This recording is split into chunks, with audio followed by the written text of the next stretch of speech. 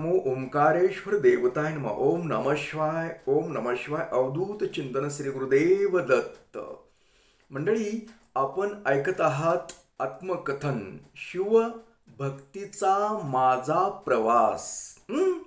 या भागामध्ये आपलं सर्वांचं हार्दिक स्वागत. मंडळी, आपण मागील भागामध्ये ऐकलं की मला शाळेत प्रवेश मिळाला. मी मोठा असल्यामुळं डायरेक्ट मला चौथीमध्ये बसवलं, हे पण ऐकलं तुम्ही. आणि याचं म्हणजे भाग्याचं कारण माझं म्हणजे देवानं माझी प्रार्थना ऐकली, मारुतीरायानं माझी प्रार्थना ऐकली. मी मनातून प्रार्थना करत होतो की मला शिकायचंय, देवा मला शिकण्याची सोय कर. आणि मनातून जर प्रार्थना केली ना मंडळी, प्रार्थना सफल होते. ही मी स्वतः अनुभवलंय, म्हणून मी तुम्हाला प्रार्थना करा म्हणतो आणि तुमच्यासाठी मी प्रार्थना करत असतो. तर देवानं प्रार्थना ऐकली, मला चौथीच्या परीक्षेला बसवलं. मी पास झालो चांगल्या प्रकारे आणि आमचं दुसऱ्या म्हणजे वर्षाचं हे चालू झालं. आता मला वाटलं पाचवीलाच चालू करतील काय की, पण गुरुजींनी सुरुवातीला सांगितलं मी तुला सातवीला बसवणार आहे यंदा. आता आमच्या तर सोय नव्हती, परंतु त्यांनी होळच्या ठिकाणी माझा प्रवेश घेऊन ठेवला, कारण त्यांचे परिचय होते. पण मी होळला जायचं नाही शिकायला. शिकणार कुठं? मी याच गावात, जाणेगावात तर चौथीपर्यंत शाळा, आणि सातवीला बसवले मला तिकड्या परगावी. मग गुरुजींनी काय सोय केली की म्हणले, बाबा तुझा सर्व सातवीचा अभ्यास हा मी घेणार म्हणले. आणि फक्त त्या बदल्यात तू एक काम करायचं, तू या मुलांना शिकवायचं.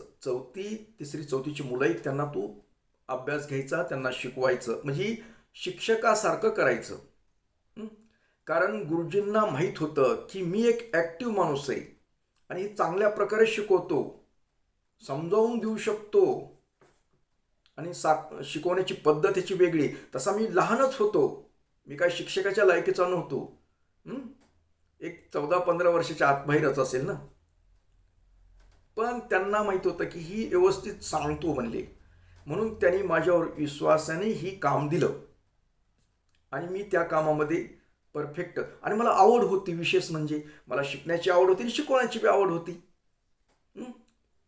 मला ते आनंदाचं काम होतं आणि माझं शिक्षण बी चालू झालेलं होतं.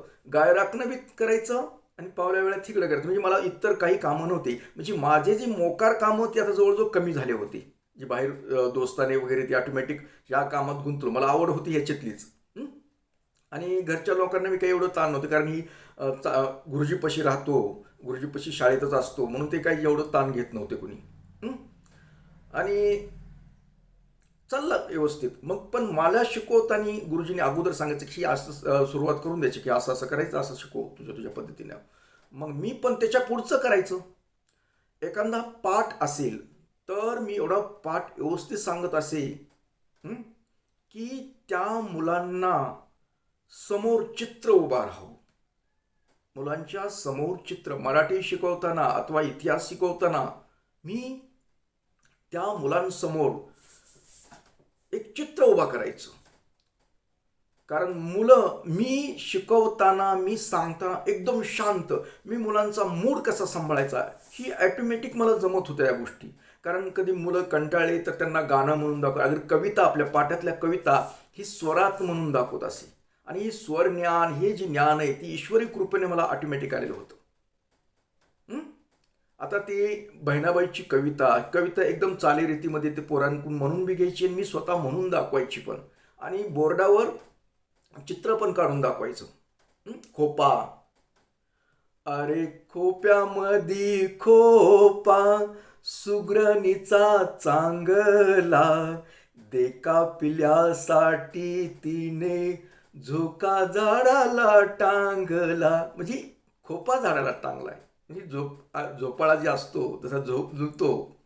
आणि ते असं बोलून सांगणं, पुन्हा चित्र काढून दाखवणं, आणि त्याची माया, त्या चिमणीची माया किती हे दाखवायचं. म्हणजे माझे कमी वय होतं, पण त्या वयात सुद्धा मी ती कोमलता, ती चिमणी, त्यांच्यापाशी भास निर्माण करायचा. चिमणी अगर त्यांना मी बाहेर घेऊन जाणं, ते खोपा आहे कसं चिमणी करते ती म्हणजे त्याच्यावर असतं बघा, पिवळ्या चिमणी असतात, ती सुग्रण ही चिमणी स्पेशल असते ती खोपा विनती. हां, अरे खोप्यामध्ये खोपा सुगरणीचा चांगला, देखा पिल्यासाठी तिने झोका झाडाला टांगला. म्हणजे खोपा झाडाला टांगलाय पण ती झोका आपण म्हणतो हं. तर हे लक्षात घ्यायचं की ही चिमणी, तिला आपल्याला कसं आहे, आपल्याला हात येतं काय, आपल्याला किती तरी आपल्याला जमत नाही एवढी कलाकुसर, आणि चिमणी काय करते, ती चूच आहे तेच ओवते त्यानंच काढते. ही मुलांना एवढं ठासून सांगायचं, प्रात्यक्षिक करून दाखवायच्या काही गोष्टी. बघा म्हणलं आपल्याला किती हात आहेत तरी आपल्याला नीट एक दोन काढता येत नाही, आपल्याला अक्षर नीट काढता येत नाही. हा, आणि ती बघा कशी करते, एवढीशी चिमणी का नाही, आपण एवढे मोठे घोडे आहेत ना म्हणा. म्हणजे त्यांच्या मनावर एवढं ठासून घालायचं. त्यामुळे मुलं, मी शिकवतोय म्हणलं की इतर मुलं बी माझ्याकडे, अगर गुरुजी पण म्हणायचे जा तिकडे गिरी शिकवतो तिकडे जा, दुसऱ्या पोर त्यांना बी जरा मुलांनी कालवा ऐकलं जा म्हणायचं तिथं गोष्ट सांगतायचं. मी गोष्टीच्या रूपाने शिकवायचा पाठ. ही आणि कविता गळ्यावर म्हणून दाखवणं, चित्र काढून दाखवणं बोर्डावर, मला ती ऑटोमॅटिक येत होतं चित्र, मला मुळातच येत होते ते. याच्यामुळं माझं शिकवणं ही गुरुजींना खूप आवडायचं आणि मुलांना बी आवडायचं. आणि गुरुजींना पण वाटायला की ह्याला सोडू नये, कारण ही चांगल्या प्रकारे आपलं काम चांगलं करतं, ह्याला शिकवायचं, ह्याला पण शिकवायचं. आता मग 7वीचं हे शिकवायला चालू केलं तरी मला अभ्यास करून घ्यायचे, मला येतच होतं, ती पटकन थोडं सांगितलं की लगेच समजायचं मला. हे नैसर्गिक होतं. आणि हे दिलं कुणी मला, निमित्त गुरुजी झाले. गुरुजी ही माझ्या जीवनातील एक महत्त्वाची व्यक्ती आहेत. त्यांनी माझं जीवन घडवलं. अजून बी समजा आहेत का नाही मला माहीत नाही, पण अजून मी नमस्कार करतो त्यांना मी, कारण त्या व्यक्तीमुळे आज मी तुमच्या पुढे. त्यांनी माझी सुरुवात चांगली करून दिली. मी पुढे समजा त्याच्या पुढचं नाही शिकवलं, मी पुन्हा नंतर वेगळं शिकलो, समजा त्यांची बदली झाली, ती गोष्टी वेगळ्या आहेत. परंतु त्यांनी मला सुरुवात चांगली करून दिली आणि मला शिकवण्याची एक शिक्षक म्हणून बनवलं त्यांनी. शिक्षक कसा करायचं, शिकवायचं कसं, ह्या गोष्टी पण शिकवल्या. आणि मी शिकत गेलो, मला आवड होती, मला छंद होता. आणि त्या छंदा, कुठलीही गोष्ट माणसानं काय आवड असली की तो माणूस चांगलं काम करतो. आवडीनं करायचं, आवडीनं काम एकदम ओके होतं. आणि मला मुळातच आवड होती शिकवायची मुलांना, समजावून सांगायची. म्हणजे मी वेगवेगळ्या कलाकृती करून दाखवत असं. गाणे, ती कविता ही गाण्याच्या स्वरूपात म्हणून दाखवणं, पाठाचं एखादा तिथल्या पाठाच्या एखादा संदर्भ असला तर बोर्डावर चित्र काढून दाखवणं. म्हणजे आताचे करतात का नाही मला माहीत नाही, पण मी करत असे. म्हणजे लोकांना समजावं, म्हणजे मुलांना समजावं. आता लोक मोठे झाले, मुलांना समजावं ते. घरचं अगर कुठलं काही असेल, कुठलंही नकाशा काढणं, नकाशा वाचन, भूगोल असेल नकाशातलं तर ते नकाशा कसा वाचायचा हे गुरुजीने अगोदर मला शिकवलेलं होतं. गरजेचं नकाशाचं माप कसं असतं. आता नकाशाची गरज नाही, आता मॅप आहे तुमचा, त्या ह्याच्यावर मोबाईलवर चालतं, पण पूर्वी नकाशा पण शिक्षण असेल नकाशाचं. नकाशा बनवायचा कसा, हे बऱ्याचशा गोष्टी मी करून दाखवत असे. विज्ञानातल्या गोष्टी असेल, लाईटचं काय, अशा गोष्टी मला मुळातच आवड असल्यामुळं ती येत होत्या आणि त्या मुलांकडून करून घेत असे मी. कारण मी बिनपगारी फुल अधिकारी असा शिक्षक होतो मी, कारण मला आवड होती ती. आणि ती आवड बी असल्यामुळं मला शिकायला सोपं गेलं आणि पुढे शिक्षण पुन्हा होत गेलं ते नंतर. पण अशा पद्धतीनं माझं शिक्षण ही गायकवाड गुरुजीमुळं झालं. मला त्यांनी माणसात आणलं, एक शेतामधला काम करणारा, शेतामध्ये राबणारा गुराखी माणूस, त्या गुराख्याला त्यांनी माणसात आणण्याचं काम केलं गुरुजी. मी त्यांच्या चरणी अजूनही कोटी कोटी नमस्कार करतो, कारण ती जर नसते मला भेटले तर मी गुराखीच राहिलो असतो. अशी आयुष्यामध्ये माणसं येतात, कुणाच्याही आयुष्यात येत असतील, तसे माझ्या आयुष्यामध्ये गायकवाड गुरुजी आले आणि माझा कायापालट झाला. कारण मला एक चांगला मार्ग दाखवला आणि त्याबरोबर मला देवाचा आशीर्वाद होता. त्यांनी शिकवलं म्हणून मला चांगल्या प्रकारे ग्रंथ वाचन करता आलं. खूप खूप वाचनाचं पण मला झालं, कारण गुरुजी सांगत असत मला की वाचाल तर वाचालच. त्याच्यामुळे वाचन करे जा म्हणजे तू जास्तीत जास्त काहीही वाचत राहा म्हणायची. वाचणं आणि लिहित जा, काय वाचलं काय वाटलं लिहा. हं? आणि तुम्हाला सुद्धा सांगतो, कोणी मुलं असतील माझा जर व्हिडिओ बघत असतील ना, तुम्ही खूप वाचा आणि सुचन तसं लिहा. वाचाल तर वाचालच. हं? इतर गोष्टीमध्ये रस घेण्यापेक्षा तुम्ही आवडीनं जे आपल्याला करायचंय ते त्याच्यावर ध्येय ठेवा, की आपल्याला इथे जायचंय म्हणून. ते मी केलं. मी नोकरी कामधंद्यासाठी ह्याच्यासाठी काही हा उद्देश नव्हता. मला हे बनायचं, मला एक आवड आहे. हं? आणि मग आवडीसाठी मी चित्र चांगलं काढतोय असं म्हणून मग गुरुजी म्हणायला लागले की तुला चित्र चांगलं आहे तर तू आता काय कर, शाळा शिकत शिकत आता इथून म्हणजे करत करत तू फोटोग्राफी शिक. फोटोग्राफी शिक. त्यावेळेस केजला एक दोन दुकान होते. एक इफ्तेकार म्हणून होतं आणि दुसरं होतं गीता फोटो स्टुडिओ, जे का खरबडे सर म्हणून होते. खरबडे सर आणि आमचे गायकवाड सर हे मित्र होते. हं? आणि त्यांच्या मित्र मी चित्र काढतोय, ते आपलं खरबडे सर पण चित्रकारच होते. आणि पण त्यांचा स्टुडिओ होता. ते वसंत विद्यालयाला शिक्षक होते, चित्रकलेचे शिक्षक होते. म्हणून त्यांनी म्हणले की माझा एक विद्यार्थी म्हणले खूप चांगला आहे म्हणले. त्यांनी सांगितलं की तो चित्र बी काढतो म्हणले, तुम्ही त्याला शिकवा फोटोग्राफीचंही. म्हणून मला गायकवाड गुरुजींनी फोटोग्राफी दुकानावर म्हणजे फोटोग्राफी वगैरे शिकण्यासाठी ठेवलं होतं. आता बऱ्याच गोष्टी शिकण्याच्या वगैरे झाल्यात. अशा गोष्टी जीवनामध्ये खूप काही, मी ते तर म्हणलं तुम्हाला, मी खूप काही शिकलेलो आहे. मी फोटोग्राफी, तो काळ होता ब्लॅक अँड व्हाईटचा जमाना, कलर फोटो नव्हते आलेले त्यावेळेस. आणि ते फिल्मचे होते फोटो, म्हणजे फिल्म म्हणजे निगेटिव्ह पॉझिटिव्ह म्हणतो ना आपण. निगेटिव्ह असायच्या पहिल्या. डिजिटल कॅमेरे वगैरे काही नव्हतं. ते हातानं धुवायचे आपले फोटो वगैरे, केमिकलनं, हे असं ते प्रकार होते त्या काळात. आणि ते शिकवण्यासाठी सुद्धा गायकवाड गुरुजींनीच मला तिथे दुकानावर शिकण्यासाठी ठेवलं होतं.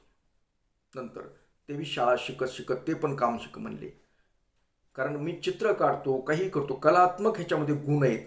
तर त्या कलात्मक ह्याच्यासाठीच त्याला फोटोग्राफी बी शिकायला पाहिजे.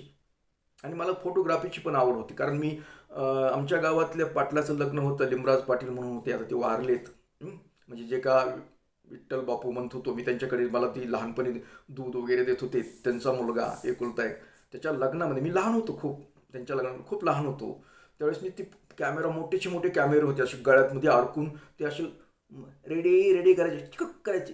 ती मला कुतूहल वाटायचं, मी बघायचं कसं. आणि त्यांच्या लग्नातले मी फोटो नंतर ब्लॅक अँड व्हाईटले बघितले होते. मला मी तशी माणसाचे चित्र काढायचं असं ना, फोटोसारखे असे पेन्सिलनं हे करायचं, रेगाटायचं वगैरे, अशा गोष्टी करत असे. त्याच्यामुळं गायकवाड गुरुजींनी, अगर मी बोर्डावर चित्र काढून दाखवतोय, फोटो एखाद्याच्या व्यक्तीचा असा करून दाखवतोय, मग त्याच्यामुळं त्यांनी सांगितलं की हे फोटोग्राफी करायला पाहिजे ना, शिकायला पाहिजे.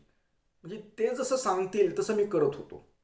कारण ती मला माझ्या आयुष्याला एक वेगळं वळण देणारे, लाईनवर आणणारी व्यक्ती म्हणून त्यांना मी अभिवादन करतोय.